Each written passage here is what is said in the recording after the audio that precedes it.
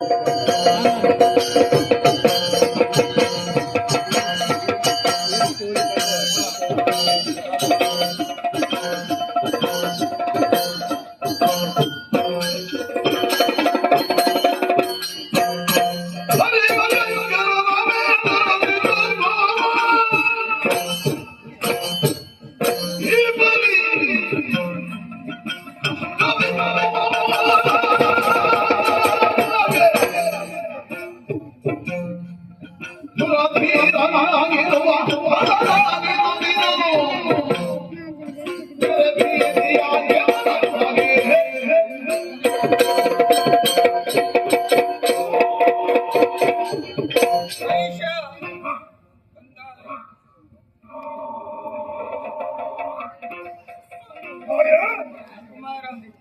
ಶೋಣಿತಾಪುರದ ಸೌಭಾಗ್ಯ ದೇವತೆ ನಿನಗೆ ದುಃಖವೇ?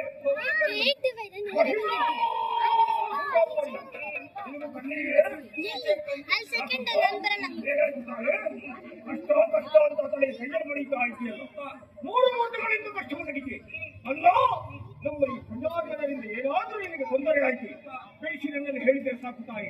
ಇವರ ಸಮರ್ಥರಾಗಿ ಮಹಿಷ ನಾನಿದ್ದೇನೆ.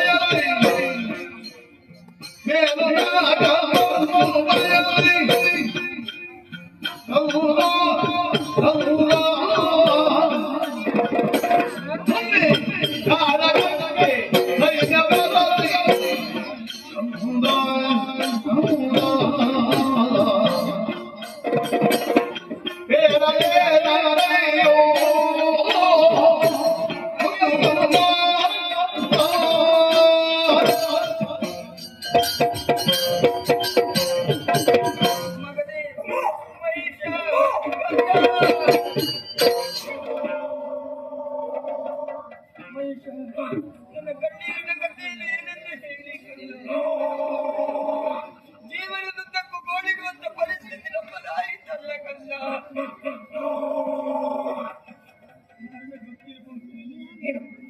ಮೊನ್ನೆ ನಿನ್ನ ತಂದೆಯವರು ದೈತ್ಯ ಗಣವನ್ನು ಸೇರಿಸಿಕೊಂಡು ದೇವಲೋಕವನ್ನು ಪ್ರವೇಶ ಮಾಡಿದ್ರು.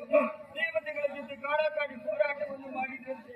ಹೋರಾಟದಲ್ಲಿ ದೇವನ್ನು ಸಂಪಾದಿಸಿಕೊಂಡು ದೇವಲೋಕದ ಪೀಠವನ್ನು ನಿನ್ನ ತಂದೆಯವರು ಏರಿಕೊಂಡ್ರಂತೆ.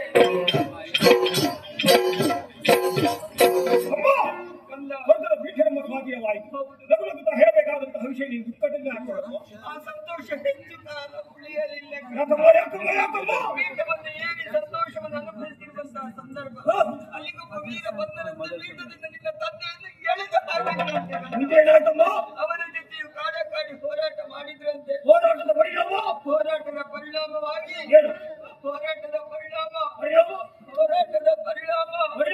ತಂದೆಯ ಮರಣ.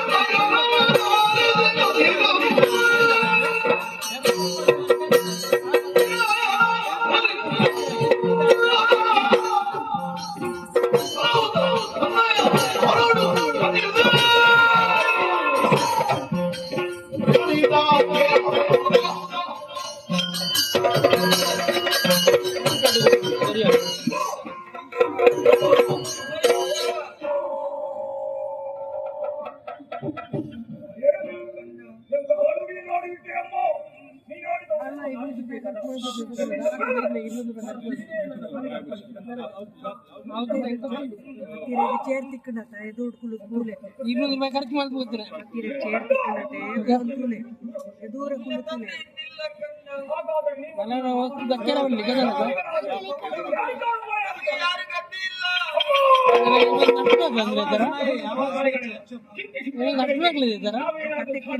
ಕತೆ ಅಂತ ಜ್ಞಾನ ಬಸ್ ₹150 ಸಿಗ್ತಾ ಗದನಕ ಇಲ್ಲ ಇದು ಬಲೆ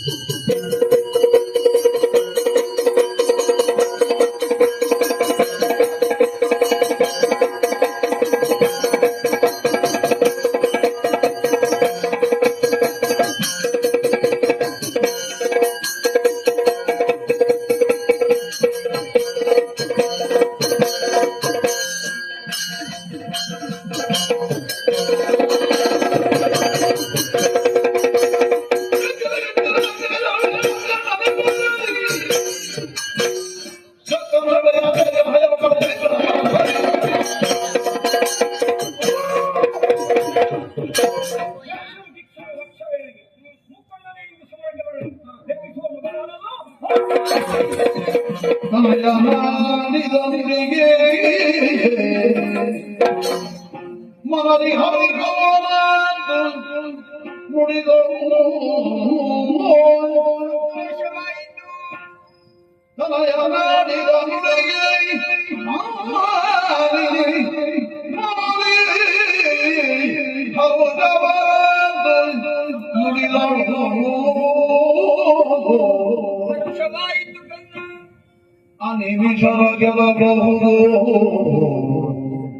ಸಮರದಿ ನಿನಗೆ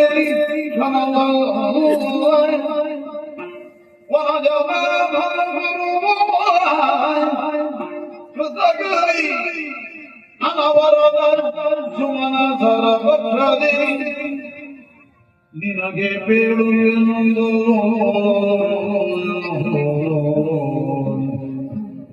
ವಿಧಿಯಾಗಿ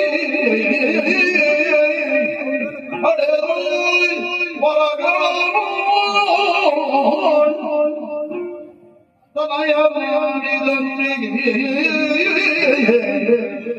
ಮಾರಿನೇ ಮನದಿ ಹೊರಸವರಾಗ ನುಡಿದಳು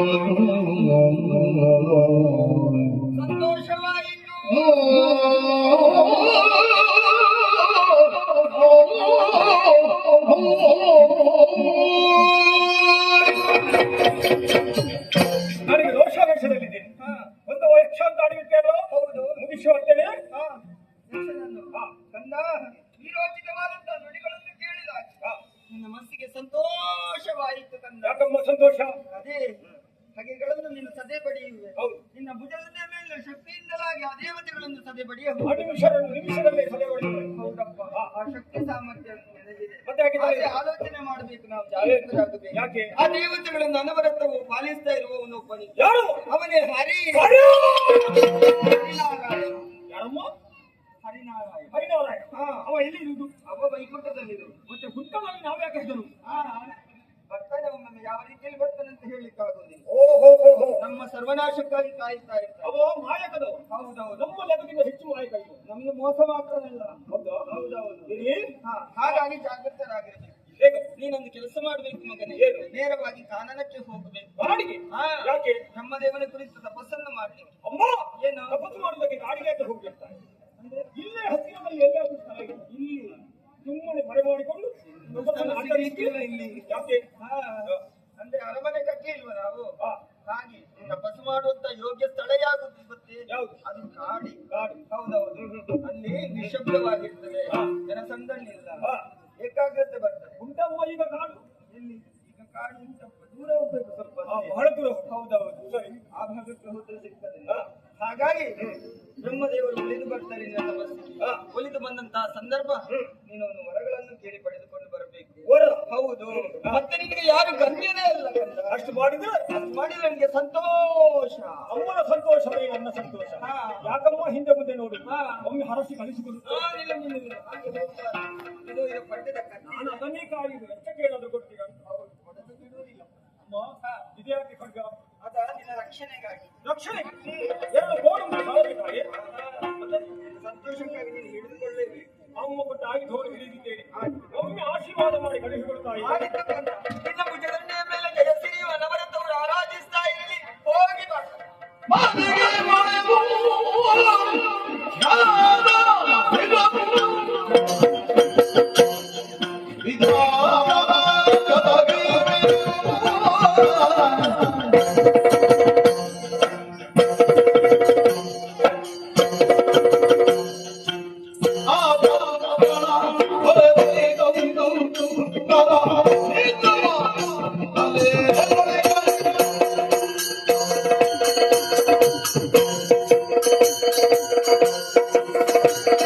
Thank you.